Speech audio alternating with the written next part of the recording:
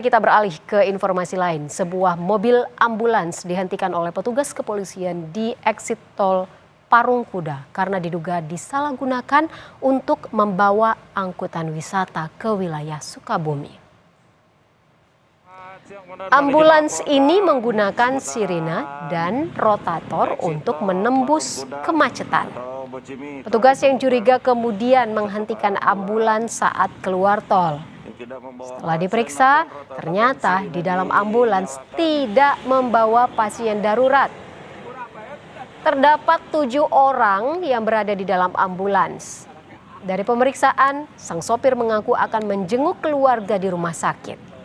Polisi hanya memberi teguran dan meminta ambulans putar balik ke arah Bogor.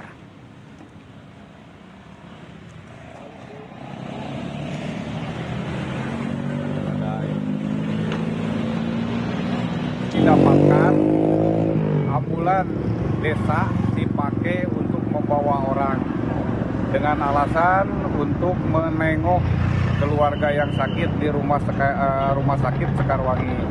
Nah, untuk penindakannya kami hanya ada teguran saja dan mengarahkan bahwa mobil dinas tersebut, nah dalam arti kata ini dinas lah, tidak diperbolehkan untuk memuat barang atau orang yang tidak atau bukan haknya.